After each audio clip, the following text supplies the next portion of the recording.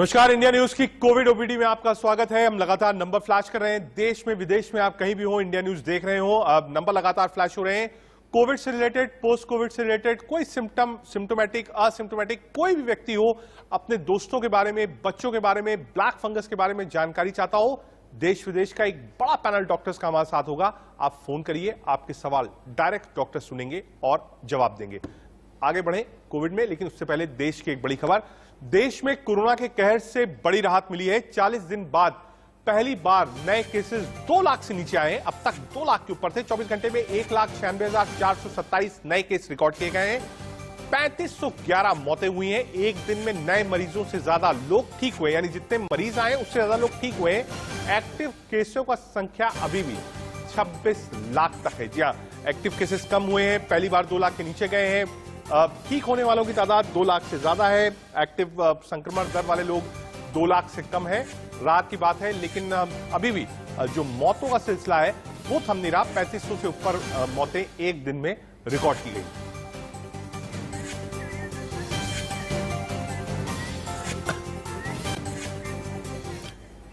Corona काल में अच्छी खबर यह है कि केस लगातार कम हो रहे हैं। इसी बीच विदेशों से भी मदद आ रही है। वहीं कई जगह लॉकडाउन लोगों के लिए मुश्किल बन रहा है, लेकिन कुछ लोग ऐसे भी हैं जो कोरोना नियमों को मानने को तैयार नहीं है। गोधरा की तस्वीर आपको दिखा रहे हैं। शादी के दौरान लोग सोशल डिस्टेंसिंग की धज्जियां उड़ाते हुए दिखे। ये गोधरा की तस्वीर है। दिल्ली की आपको तस्वीर दिखा रहे हैं। रूस से मदद जो है वो हिंदुस्तान के लिए आई है। दिल्ली में आप कह सकते हैं लैंड किया है। साथ ही साथ उधमपुर की आपको तस्वीर दिखा रहे हैं और पिथौरागढ़ की आपको तस्वीरें दिखा रहे हैं। ये वो तस्वीरें हैं जो बता रही हैं कि लॉकडाउन का कैसा उल्लंघन हो रहा है, वैक्सीन को लेकर क्या समस्याएं हैं देश में, ये सब कुछ हम आपको बता रहे हैं। इन 4 तस्वीरों के जरिए हम आपको समझाने की कोशिश कर रहे हैं कि देश में कोविड को लेकर क्या हाल है, मदद कहां कहां से आ रही। रशिया से मदद आई है, वैक्सीनेशन का क्या प्रोसेस है। कई देशों में कई राज्यों में वो तस्वीर सामने आ रही हैं, चाहे वो शादी की तस्वीरें हों, चाहे वो आप कह सकते हैं धार्मिक आयोजनों की तस्वीरें हों, मंडियों की तस्वीरें हों, वो दिखाती हैं कि लोग कोविड को मानने को तैयार नहीं है और सोशल डिस्टेंसिंग और जो कोविड कर्फ्यू है कैसे सरेआम उसकी धज्जियां उड़ाई जा रही हैं। हमारे साथ एक खास मेहमान है, डॉक्टर भैरम परदीवाला, सीनियर कंसल्टेंट है। साथ ही साथ डॉक्टर माधवी सेठ भी जुड़ेंगी। अभी डॉक्टर परदीवाला हमारे साथ हैं। बहुत स्वागत है डॉक्टर परदीवाला इंडिया न्यूज पे आपका। डॉक्टर साहब, जो थर्ड लेयर है उसकी लगातार चर्चा तेज हो रही है और कहा यही जा रहा है कि थर्ड वेव सबसे ज्यादा बच्चों को अफेक्ट कर सकती है। ये बराबर है। जब आपकी थर्ड वेव आएगी, पता नहीं कब आएगी। हाँ। बच्चों के ऊपर असर होना ज्यादा है जी। बस आपको एक चीज ध्यान से सुनना है कि बच्चों को एक इम्यूनोलॉजिकल डिजीज होता है। कोविड उनको अफेक्ट करेगा, और कोविड के बाद एक इम्यून रिएक्शन होता है जिसको बोलते हैं systemic inflammatory syndrome of children, जिसके वजह से पूरे बॉडी को अफेक्ट हो सकता है जी। वो सबसे डेंजरस रहता है, और वो समझने के लिए डॉक्टर शुड बी अवेयर कि ऐसी एंटिटी है और ये होने वाला है। बट डेफिनेटली बच्चों को होने वाला है, और थर्ड वेव में ज्यादा बच्चे इन्फेक्ट होंगे। तो सब कहा जा रहा है कि वैक्सीनेशन का प्रोसेस, और लोग ये कह रहे हैं कि अगर वैक्सीन बच्चों को देनी शुरू की जाए तो इस असर को हम कर सकते हैं, लेकिन वैक्सीन इस वक्त है नहीं। आप जो प्रोडक्शन है वैक्सीन का वो उतना नहीं है। अभी 18+ को ही पूरा वैक्सीनेशन नहीं मिला है। 45+ वालों को जो सेकेंड डोज मिलनी थी वो भी नहीं मिल पा रही है, और ये स्वाभाविक है क्योंकि एक दायरा होता है प्रोडक्शन का, उस हिसाब से प्रोडक्शन चल रहा है। हालांकि सरकारें लगी हैं कि कैसे आउटसोर्स कर लें, कैसे मॉडर्ना, जॉनसन एंड जॉनसन और फाइजर जैसी कंपनीज से मेडिसिन इंपोर्ट की जाए, लेकिन वैक्सीनेशन का प्रोसेस उतना तेज नहीं हो पा रहा है कि हम सभी बच्चों को वैक्सीनेट कर लें। तो एहतियात क्या उठाना चाहिए माँ बाप को? देखिए, बच्चों को प्रोटेक्ट करना चाहिए कि उन्हें इन्फेक्टेड पर्सन से दूर रखना चाहिए, उनको घर के अंदर रखिए। अभी जो आप बोल रहे हैं स्कूल खोलने की बात चल रही है, I think it is highly irresponsible. आगे क्या होने वाला है वो देखना चाहिए, उसके बाद ही करना चाहिए। और जैसे आप पहले मेंशन कर रहे थे, सोशल डिस्टेंसिंग बहुत ही जरूरत है। जब तक सोशल डिस्टेंसिंग नहीं करेंगे, जब तक बच्चों को मास्क नहीं पहनाएंगे, बल्कि डबल मास्क नहीं पहनाएंगे, ये प्रॉब्लम होने वाला है। और आई स्टिल थिंक कि जितना हो सके बच्चों को भी वैक्सीनेट करना चाहिए। ठीक है, ठीक है डॉक्टर साहब, एक दर्शक हमारे साथ हैं, भीम सिंह। भीम सिंह जी, आप अपना सवाल पूछ सकते हैं। वैक्सीन से लेके एक प्रश्न है जी, कि मेरे 2 बच्चे हैं, उनको 4 तारीख को वैक्सीनेशन हुआ और उनका जो है कंफर्मेशन मैसेज नहीं आया। हमने सब चैनलों पे अप्रोच कर लिया है। हेलो जी, आप सवाल पूछिए अपना भीम सिंह जी। हाँ, अब सब चैनलों पे अप्रोच कर लिया, कहीं से कोई रिस्पांस नहीं मिला, फिर हम नेक्स्ट डोज कैसे लगवाएंगे? अच्छा, मुझे लगता है ये टेक्निकल क्वेश्चन भी ज्यादा है, लेकिन डॉक्टर साहब वैक्सीन लगा दी है, कंफर्मेशन नहीं आया है, क्या करें? देखिए, आपको जिधर वैक्सीन लगाया है उधर जाके चेक करना चाहिएगा कि ये क्यों नहीं आया है। हाँ। उनके पास भी रिकॉर्ड रहते हैं और वो वापस कोविन ऐप के ऊपर जाके पूछ सकते हैं कि ये क्यों नहीं रजिस्टर हुआ है। कभी कभी कोविन रजिस्टर नहीं करता है, तो वो रेक्टिफिकेशन हो सकता है जिधर से आपने वैक्सीन लिया है उधर से। ठीक है, खैर ये टेक्निकल चीज है। डॉक्टर साहब, एक चीज और आप समझना चाहूंगा, बच्चों के लिए एहतियात आपने बताया कि घर से बाहर आप मत जाइए, वैसे भी लॉकडाउन है, अनलॉक की प्रक्रिया भी शुरू नहीं हुई है, बच्चे ज्यादातर घर पर ही हैं, बहुत होता है तो टेरेस पे चले जाते हैं या बालकनीज पे चले जाते हैं, हालांकि इस वक्त वहां पर भी नहीं जा रहे हैं। और क्या एहतियात खाने पीने में बच्चों को बरतना चाहिए, माँ बाप को क्या एहतियात बरतना चाहिए कि बच्चे कोविड के प्रभाव से दूर रहें? देखिए, ऐसे कुछ स्पेशल डाइट या स्पेशल कुछ न्यूट्रिशन नहीं है। हाँ। पर एक ही चीज याद रखिए कि इनको न्यूट्रिशियस खाना खाना चाहिए, जिसमें सब वेजिटेबल्स हो सकते हैं, डेयरी प्रोडक्ट्स हो सकते हैं, फ्रेश फ्रूट्स हो सकते हैं, जिससे नेचुरल इम्यूनिटी बिल्ड होती है। हाँ। उसके साथ एक कोई बी कॉम्प्लेक्स और जिंक की टैबलेट लेने में कोई इतराज नहीं है। हाँ। ये उनको लेना चाहिए, बट एडिक्वेट न्यूट्रिशन वो सबसे ज्यादा है। उनको खाना बराबर चाहिए, पौष्टिक खाना खाना चाहिए और लाइट एक्सरसाइज करनी चाहिए। हाँ, ठीक है डॉक्टर साहब, क्या क्या चीज, क्योंकि बच्चों को खाना खिलाना भी अपने आप में एक बहुत बड़ा काम है। आप ये कहना बहुत आसान है, आपने बहुत आसानी से डॉक्टर साहब कहा कि बच्चों को आप न्यूट्रिशंस खाना दीजिए, वेजिटेबल्स दीजिए, लेकिन डॉक्टर साहब आजकल के बच्चे, आप बहुत आसान काम नहीं है बच्चों को खाना खिलाना आज के समय में। जरूर, तो आप उसको थोड़ा सा ट्रिक करके कर सकते हो। तो छोटे बच्चे होंगे तो आप उनको पिज्जा दे दीजिए, पिज्जा के ऊपर फ्रेश वेजिटेबल डाल दीजिए। अच्छा, यदि आप उनको फ्रेश फूड देना है तो थोड़ा सा आइसक्रीम दे दीजिए, उसके साथ फ्रेश फूड दे दीजिए। तो वो थोड़ी ट्रिकरी, थोड़ी प्लेजर, थोड़ा कैजुअलिंग से हो सकता है। ठीक है, ये अच्छा सजेशन आपने दिया है। हालांकि डॉक्टर साहब, लोग इस सीजन में मना कर रहे थे कि आप बच्चों को आइसक्रीम्स मत दीजिए और जंक फूड, पिज्जा, बर्गर मत दीजिए। हालांकि आपने सजेशन दिया है और आपने ऑन रिकॉर्ड दिया है कि आइसक्रीम भी दे दीजिए और पिज्जा भी दे दीजिए। मुझे लगता है कि माँ बाप से ज्यादा बच्चे इस वक्त आपको देख के बिल्कुल खुश होंगे, बहुत खुश हो जाएंगे। ठीक है, एक कॉलर हमारे साथ सुभाष जुड़े हैं। जी सुभाष जी, आप सवाल पूछ सकते हैं अपना डॉक्टर साहब से।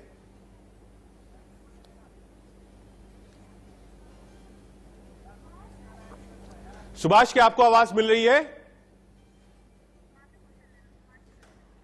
ठीक है डॉक्टर परदीवाला, ये तो चीजें हुई, क्या कुछ प्रिवेंटिव इम्यूनिटी की दवाइयां हो? हालांकि बहुत लोग नहीं कहते, लेकिन हम देख रहे हैं कि इस वक्त कई ऐसे नेचुरल प्रोडक्ट्स आए हैं इम्यूनिटी बूस्टर्स के रूप में, क्या वो भी बच्चों को दिए जा सकते हैं कि उनकी इम्यूनिटी जो है वो प्रॉपर रहे?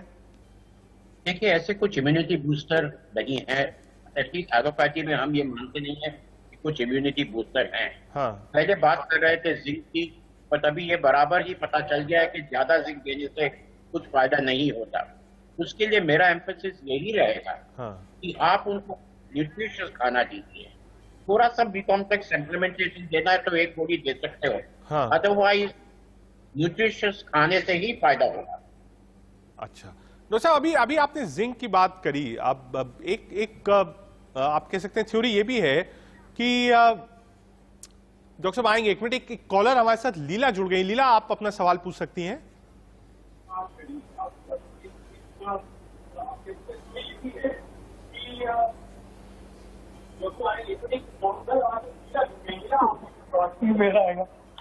हेलो जी लीला, आप सवाल पूछ सकती हैं। हाँ जी, कैसे हो सर? मुझे लगता है ऑडियो में दिक्कत है, हम वापस आएंगे। हाँ, ऑडियो में हाँ, मुझे भी कुछ दिक्कत है, हम दोबारा जुड़ने की कोशिश करेंगे। डॉक्टर परदीवाला, एक चीज समझना चाहता हूं, अभी तक जो म्यूकोमाइकोसिस की थ्योरीज चल रही है, ब्लैक फंगस की थ्योरी चल रही है, अब येलो फंगस का भी नाम आया, व्हाइट फंगस बिहार में केसेस पाए गए। आज डिटेल्ड रिपोर्ट ये भी है कि बहुत ज्यादा कंजम्पशन ऑफ जिंकोविट, जिंक से भी ब्लैक फंगस हो सकता है। कितना सही मानते हैं इसको आप? देखिए, पहले तो ये अपने को समझना चाहिए कि फंगल इन्फेक्शन हमारे पास थे, हैं, हाँ, और रहने वाले हैं, ये आपको समझना चाहिए। हाँ, अभी ये माहौल में जिधर कोविड चल रहा है, ब्लैक फंगस बल्कि दूसरे फंगस ज्यादा हो गए हैं। इसके 2 या 3 कारण हैं। एक, कोविड इटसेल्फ अपनी इम्यूनिटी कम करता है, पेशेंट की इम्यूनिटी कम करता है। दूसरा कि जब पेशेंट को डायबिटीज है, कोविड डायबिटीज को वर्सन करता है। और तीसरा, हम जब स्टीरॉइड देते हैं कोविड की ट्रीटमेंट, ज्यादा स्टीरॉइड देने से, स्टीरॉइड काफी टाइम देने से पेशेंट को नुकसान पहुंचता है। उसके वजह से ये सब फंगस अभी ज्यादा होने लगे हैं ऐसे। और ये जिंक से ज्यादा नहीं, आप एक आयरन प्लेटिंग एजेंट देते हैं, उससे फिर ये ज्यादा होता है। और जो आप ये ब्लैक, येलो, व्हाइट फंगस, ये एक फजूल डिस्टिंक्शन है। ब्लैक फंगस जो है वो म्यूकोमाइकोसिस होता है, दूसरे सब फंगाई होते हैं। डॉक्टर साहब, एक चीज और इसमें आपसे समझना चाहूंगा, ये तो म्यूकर की हमने बात करी, लेकिन अमूमन जब से कोविड आया है, आप खुद देखेंगे और सेल और इसके डाटा भी जो है वो सार्वजनिक जीवन में है कि विटामिन सी और जिंकोविट, मुझे लगता है हिंदुस्तान में सबसे ज्यादा बिकने वाली अगर दवाई होगी तो जिंकोविट और विटामिन सी है। हर व्यक्ति जिसको 10% भी मालूमात है डॉक्टर साहब, उसने जिंकोविट और विटामिन सी की गोलियां अपने जीवन में खाना शुरू कर दिया है। किसी डॉक्टर से नहीं पूछा है, उसने कहा है जिंकोविट और विटामिन सी डेली खाना है। क्या ये सही है? क्या आदमी को विटामिन सी और जिंकोविट की गोलियां खानी चाहिए? देखिए, ये एकदम तो सही नहीं है। हाँ। हमने इधर एक थोड़ा सा स्टडी किया था हमारे हॉस्पिटल में, जिसमें हमने नॉर्मल डोज ऑफ जिंक दिया और very heavy doses of zinc दिए थे इंडोर पेशेंट। हाँ। और हमें ये पता चला कि इसमें कुछ फर्क नहीं पड़ता है। आप हेवी डोजेज देंगे तब फर्क पड़ेगा। ठीक है, ठीक है। डॉक्टर साहब, एक कॉलर हमारे साथ हैं, अनूप सिंह हमारे साथ हैं। अनूप जी, आप सवाल पूछिए। हाँ जी डॉक्टर साहब, मुझे ये पूछना था, एक्चुअली मैं कोरोना का मतलब मुझे ठीक हुआ लगभग 1 महीना हो गया, लेकिन अभी भी मुझे बहुत कमजोरी है। और कमजोरी के जी देखिए, ये जो आपको कमजोरी लगती है, ये जिसको लॉन्ग कोविड बोलते हैं। अक्सर कोविड के पेशेंट को कमजोरी बहुत लगती ही है, और जब ये 1 महीना 1.5 महीना के ऊपर हो जाता है तो हम इनको लॉन्ग कोविड बोलते हैं। ये ग्रेजुअल रिकवरी होगा। आपको ग्रेजुअली इसके लिए एक्सरसाइज करनी पड़ेगी, खाना बराबर लेना पड़ेगा और इम्प्रूवमेंट होगा। एट द सेम टाइम आप संभाल के देखिए, आपका सैचुरेशन बराबर है, आपका एक्टिव बराबर है, दूसरे ब्लड रिपोर्ट बराबर है कि नहीं, ये आपको चेक करना चाहिए। आप रूटीन चेकअप्स अपना कराइए और ज्यादा से ज्यादा प्रोटीन्स और विटामिन से बड़ी डाइट आप लीजिए, सबसे बेहतर यही होगा। और रेस्ट करिए और कुछ एक्सरसाइज और योग भी बताया जाता है। ठीक है डॉक्टर परदीवाला, आप हमारे साथ रहिए। वक्त है एक छोटे से ब्रेक का। ब्रेक के बाद हम समझेंगे कि थर्ड वेव से हमें कैसे सावधान रहना है, बच्चों को सुरक्षित कैसे रखना है, इम्यूनिटी बच्चों की कैसे और बूस्ट करनी है, और मां बाप को बच्चों के प्रति क्या एहतियात बरतना है थर्ड वेव के लिए। एक छोटा सा ब्रेक, आप देखते रहिए इंडियन न्यूज टीवी। ब्रेक के बाद स्वागत है आपका इंडियन न्यूज की कोविड ओपीडी पर। डॉक्टर भैरम परदीवाला साहब हमारे साथ थे। हम लगातार कंसल्ट कर रहे थे कि बच्चों के लिए क्या एहतियात बरतना है। डॉक्टर साहब, बच्चे तो घर से बाहर नहीं जा रहे, बच्चे घर में हैं, गेम्स हैं, सिस्टम्स हैं, उसी में इन्वॉल्व है। हम घर में एक्सरसाइज करवा लेते हैं, योग करवा लेते हैं, थोड़ा आदमी डांस कर लेता है, बच्चे डांस कर लेते हैं, इससे उनकी फिजिकल एक्सरसाइज होती है। कोशिश यही होती है कि हम उनको एक अच्छी डाइट दें, एक रिच प्रोटीन डाइट दें, ये भी ठीक है डॉक्टर साहब। लेकिन कई घर ऐसे भी हैं जो लॉकडाउन में फादर मदर दोनों घर से बाहर जाते हैं और एसेंशियल सर्विसेज में हैं, उनको क्या एहतियात बरतना है? क्योंकि अब तो लॉकडाउन धीरे धीरे खुलेगा, अनलॉक की प्रक्रिया खुलेगी। इस अनलॉक के बाद माना जा रहा है कि थर्ड वेव हिट करेगी भारत को। बहुत मुश्किल है कि थर्ड वेव तक देश में जितने बच्चे हैं आप सबको वैक्सीनेट कर लीजिए। एक नेक्स्ट टू इम्पॉसिबल टास्क है प्रैक्टिकली स्पीकिंग। मेरा ये पूछना है कि जो माँ बाप काम कर रहे हैं, घर में छोटे बच्चे हैं, उनको क्या एहतियात बरतना चाहिए? एसेंशियल सर्विसेज में है, उनको आप रोक नहीं सकते जी, किंतु माँ बाप को ये देखना चाहिए कि वो जब बाहर जाएंगे तो जितना हो सके उतना सोशल डिस्टेंसिंग करें। दूसरा कि वो डबल मास्क करके ही सब काम करें, और घर में आने के पहले आपके जिधर आप काम करते हो उधर की सुविधा हो तो आप उधर अपने कपड़े बदल लीजिए, नहा के आइए। ये सुविधा नहीं हो तो आप घर पे आके तुरंत कपड़े बदल दीजिए, नहा लीजिए और फिर ये बच्चों से मिलिए। ठीक है, ये ठीक आपने कहा। और अब डॉक्टर साहब ये भी थ्योरी है कि कम से कम जिनके बच्चे छोटे हैं उनको अपनी दोनों डोज ऑफ वैक्सीनेशन ले लेनी चाहिए। एब्सोल्युटली, वो तो बहुत ही इसेंशियल है। और जो भी अभी जो बाहर जा रहे हैं उनको नॉर्मली तो वैक्सीनेशन होना ही चाहिए। जी ठीक है। डॉक्टर साहब एक कॉलर मंजू हमारे साथ है, एक बार कनेक्ट करते हैं। मंजू, आप सवाल पूछ सकती हैं अपना। राइट डॉक्टर साहब, मुझे यूरिक एसिड है और अभी कोविड होके भी हटा है, तो डॉक्टर ये प्रोटीन जितना लेंगे वो उसका अफेक्ट क्या नाम है फिर यूरिक एसिड में भी पड़ेगा? तो डॉक्टर, और फीवर भी हल्का सा, बॉडी गर्म भी रहती है, 98.6 रहता है टेम्परेचर, तो उसके लिए डॉक्टर साहब क्या करें? मैडम आपके दो सवाल हैं। एक तो है यूरिक एसिड का। हाँ। मैं मानता हूं कि आप प्रोटीन ज्यादा लेंगे तो यूरिक एसिड बढ़ेगा, बट थोड़े थोड़े ऐसे प्रोटीन आते हैं जिससे यूरिक एसिड ज्यादा बढ़ता है, और ये ऑर्गन मीट में होता है। यदि आप नॉन वेजिटेरियन हैं तो ऑर्गन मीट खाएंगे तो आपका बढ़ेगा, आप मटन खाएंगे तो आपका बढ़ेगा, आप ड्राई फ्रूट्स खाएंगे तो आपका यूरिक एसिड बढ़ेगा। नॉर्मली अदर फूड से इतना नहीं बढ़ता है। हाउएवर आपको यूरिक एसिड के लिए दवा लेनी चाहिए जिससे आपके जोड़ों में दर्द कम होता है।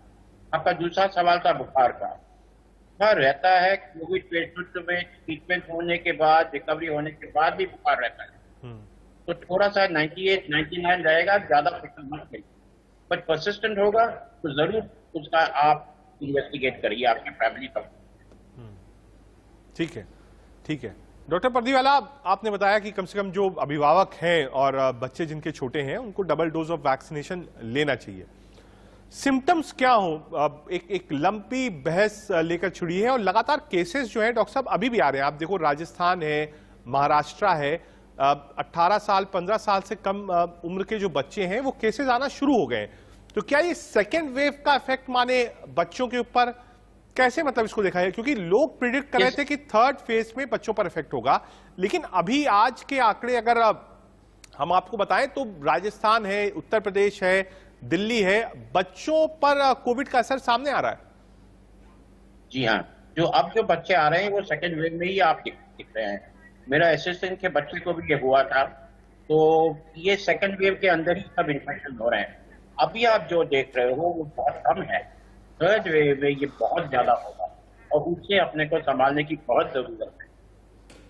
ठीक है डॉक्टर साहब, आप हमारे साथ डॉक्टर माधवी सेठ भी जुड़ेंगी, मनोचिकित्सक है। कैसे अपने आप को संतुलित आपको रखना है कोविड के दौर में, कैसे थर्ड वेव के लिए अपने आप को मानसिक रूप से तैयार करना है, इस पर हम बात करेंगे मनोचिकित्सक डॉक्टर माधवी सेठ से। लेकिन फिलहाल कोविड ओपीडी में आपका स्वागत है। ब्रेक के बाद वापस चलते हैं। डॉक्टर बैरम पर्दीवाला साहब हमारे साथ है। डॉक्टर साहब, हम लगातार इस बात की चर्चा कर रहे हैं कि थर्ड वेव पर कैसे करें। डॉक्टर माधवी सेठ भी हमसे जुड़ गई हैं और आपने बताया कि भाई अभिभावक जो है वो वैक्सीनेशन कराएं। हमारे साथ माधवी सेठ भी हैं जो कि मनोचिकित्सक है। मैम, आपसे ये समझना चाहेंगे कि एक मनोवैज्ञानिक ढंग से भी बहुत प्रेशर में है आप, जो लोग हैं जिन्होंने अपनों को खोया है या वो कोविड पॉजिटिव हुए हैं या उनकी फैमिली में कोई हुआ है, कोई हॉस्पिटल में गया है, वो आज भी सदमे से उभर नहीं पा रहे। उनको लग रहा है कि हमको हो जाएगा। उन्होंने वैक्सीन लगवा ली है, पूरे परिवार ने लगवा दी, उसके बाद भी वो सोचते हैं कि हमको कुछ हो जाएगा, हम बचेंगे नहीं। ये जो धारणा, ये जो निगेटिविटी लोगों के अंदर आ रही है, और बात सच है, जिन्होंने इस चीज को, इस कष्ट को झेला है, ये जायज सी बात है कि ये निगेटिविटी होगी उनके अंदर। उनके लिए आप क्या सजेशंस देंगी, Madhavi Seth? Good morning to all. मैं ये जो केसेस जो हम सुन रहे हैं और देख रहे हैं, वो हमारे एनवायरनमेंट में हुए, हमारे बिल्डिंग में, हमारे सोसाइटीज में, हमारे आजू बाजू के माहौल में हुआ है। तो ये नहीं है कि भाई हमारे घर में हुआ है इसीलिए, मगर हमने बाहर भी देखा है और बहुत नजदीकी से देखा कि ये सब किस्म के प्रॉब्लम हुए। और पिछले एक साल से 2020 मार्च से 2021 मार्च तक हम ये देख रहे हैं। इसीलिए ये जो फियर है वो होना बहुत नेचुरल है। मैं ये नहीं बोलूंगी ये नेचुरल नहीं है, मगर कुछ फियर्स और स्ट्रेस जो कंटिन्यूअस होता है उसके परिणाम बहुत बुरे हो सकते हैं, फिजिकली और मेंटली। फिजिकली तो डॉक्टर पार्डीवाला है ही यहाँ पे बात करने के लिए, मगर जो मेंटल प्रॉब्लम्स हो सकते हैं कांस्टेंट स्ट्रेस की वजह से, नेगेटिविटी वजह से, वो मैं बोलना चाहूंगी आज कि बहुत सारे नंबर हमारे बढ़ रहे हैं। जैसे जनरल एंजाइटी प्रॉब्लम जिसे बोल सकते हैं, ऐसे आ रहे हैं। लोग रेस्टलेस हो रहे हैं, इरिटेबल हो रहे हैं, घड़ी घड़ी में गुस्सा आ जाना, बात नहीं करना, अपने आप को लॉक कर लेना, अपने आप से खुश नहीं रहना, या प्रोग्रेस के बारे में बात आती है तभी भी सेटिस्फैक्शन नहीं रहना। ऑनलाइन काम करते करते जो मेंटली जो फटीग आ गया है, इतना सारा इकट्ठा हो चुका है। तो नेचुरली ये जो परिणाम है वो बिल्टअप हो रहे हैं। आप समझ रहे हैं कि वो बिल्टअप हो रहे हैं, मतलब कि आज जितने थे या लास्ट ईयर जितने थे, इससे थोड़ा आज 21 में ज्यादा है, 20 से कंपैरेटिवली 21 में ज्यादा है। ठीक है, आप समझ रहे हैं? तो नेचुरली प्रॉब्लम है। ठीक है मैम। एक कॉलर सुभाष हमारे साथ हैं जी। सुभाष, आप सवाल पूछ सकते हैं अपना। हाँ डॉक्टर साहब, मेरे को कोविड हुआ था 28 अप्रैल को। उसके बाद ठीक हो 2020। मेरी लेफ्ट साइड की आंख पे सूजन आई हुई है। हाँ देखिए, ये मुझे लगता है डॉक्टर पार्डीवाला के लिए बिल्कुल मैं बोलने वाला था कि डॉक्टर पार्डीवाला, मुझे लगता है आपको ही जवाब देना है। हाँ, तो इनके कोविड हुआ था, इनके लेफ्ट आई में सूजन आई है, तो इनको बराबर देखना चाहिए कि उसमें कुछ इन्फेक्शन है या नहीं। डॉक्टर को तुरंत दिखाइए, और वो कहते हैं कि MRI या CT स्कैन कराइए तो तुरंत कराइए। बिल्कुल ठीक ठाक है, अभी ठीक ठाक है। हाँ बिल्कुल ठीक ठाक है, बट आंख में सूजन है ना, आप बोल रहे हो? खाली आंख के नीचे जो एरिया है उसमें हल्की सी सूजन लग रही है। तो वो तो आप डॉक्टर को दिखा दीजिए। यदि उसने बोलेंगे कुछ नहीं है तो कुछ नहीं। कभी कभी ऐसा हो जाता है, डेफिनेटली आंख में दर्द होता है, तो आंख सूज जाती है, आंख बाहर आ जाती है, तो वो थोड़ा डेंजरस मामला हो सकता है। आपको उसके लिए इन्वेस्टिगेशन करना चाहिए। ठीक है डॉक्टर माजी, एक सवाल और आपसे। अभी तक कोविड था, कोविड को लेकर लोग परेशान थे, पोस्ट कोविड प्रॉब्लम्स को लेकर लोग परेशान थे।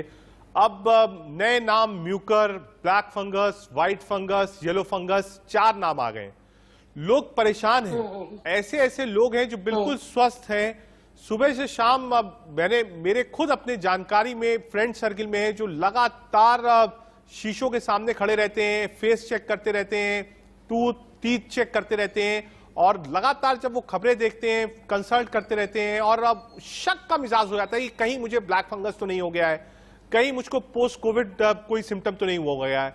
साथ ही साथ डॉक्टर साहब एक चीज और हमने देखी है, हालांकि मैं इसमें डॉक्टर पार्डीवाला साहब को भी जोड़ूंगा इसके बाद, कि लोग कोविड से रिकवर हो जा रहे हैं, कोविड निगेटिव हो जा रहे हैं, बिल्कुल स्वस्थ हैं, 1 महीने घर पे हैं, वॉक कर रहे हैं, डाइट ले रहे हैं, सिस्टम्स पे अपना काम कर रहे हैं, और उसके बाद कार्डियक अरेस्ट हो जा रहा है। ऐसा क्यों? मेरा पहला क्वेश्चन जो मेरा है मैं आंसर देती हूँ, फिर नेक्स्ट क्वेश्चन पार्डीवाला सर बात करेंगे। मेरे हिसाब से देखिए, एक फियर, जो डर जिसे बोलते हैं, वो हर इंसान को थोड़ा बहुत डर हमेशा रहता है। अपनी नॉर्मल जिंदगी में लॉकडाउन ना रहे या कोविड रहे या ना रहे, हमें हमेशा कुछ फियर्स हर एक को होता है, कुछ स्ट्रेस हर एक को होती है, मगर उसमें डिग्रीज की बात है कि भाई डिग्री कितनी होनी चाहिए। वो डिग्रीज के लिए एक तो सवाल ये उठना चाहिए कि मैं जो सोच रहा हूँ या सोच रही हूँ वो कहाँ से आ रहा है, ये फियर कहाँ से मेरे में आई, और ये फियर सही है या गलत है। जब सही होती है उसे रैशनल बोला जाएगा, और जो सही नहीं है, जो मैं सोच रही हूँ कि मैं जो हो सकता है, वो इरैशनल फियर है। ठीक है, तो जो इरैशनल फियर को आपको क्वेश्चन पूछना है कि भाई ये कितने को हो सकता है और मुझे क्यों होगा, मैंने तो पूरे प्रिकॉशंस लिए हैं, तो कैसे हो सकता है मुझे। तो ये बिलीफ जो आप पाल के रखे हैं कि भाई मेरे यहाँ पे सबको हुआ है तो मुझे भी होना ही है, या मेरे सामने वाले को हुआ है तो मुझे हुआ है, ऐसे जो सवाल, ये जो फियर हम जो पाल के रखे हैं वो इरैशनल है या रैशनल। अगर रैशनल है समझो, ठीक है, ठीक है। डॉक्टर माधवी सेठ हमारे साथ थी, डॉक्टर बेरम पढ़ीवाला हमारे साथ थे। आपने अपना कीमती वक्त हमें दिया। कॉलर्स देश भर के थे,